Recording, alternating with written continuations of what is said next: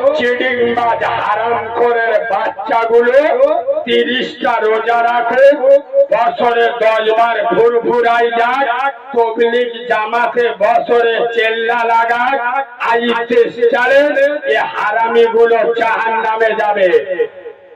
এই কথা শুনছে? কাজ করে কথা বলি না, দলিল শুনে নেয়। আমেনার লাল বলে যাচ্ছে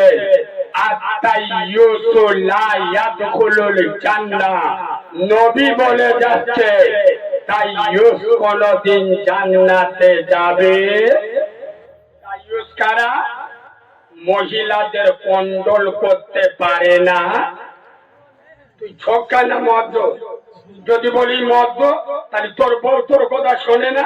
নাইটি পরে জলসার দিন ফুচকা দোকানে খাচ্ছে, আর তুই জলসায় বসে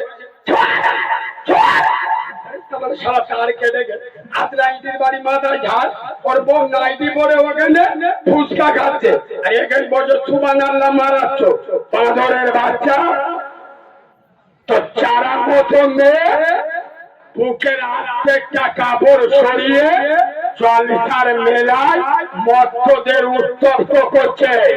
তুই 30টাও যদি রোজা রাখিস জাহান্নামে যাবি। কেন? তাইয়ুস কোনদিন জান্নাতে যাবে। কিরাম দিল এরা ওয়াজ করলে লোক থাকবে না, পালাবে, সর্বনাশ করে।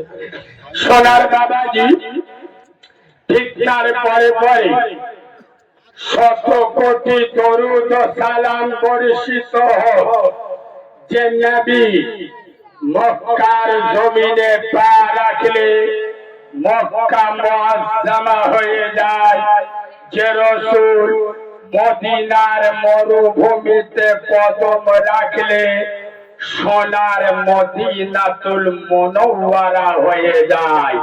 আমার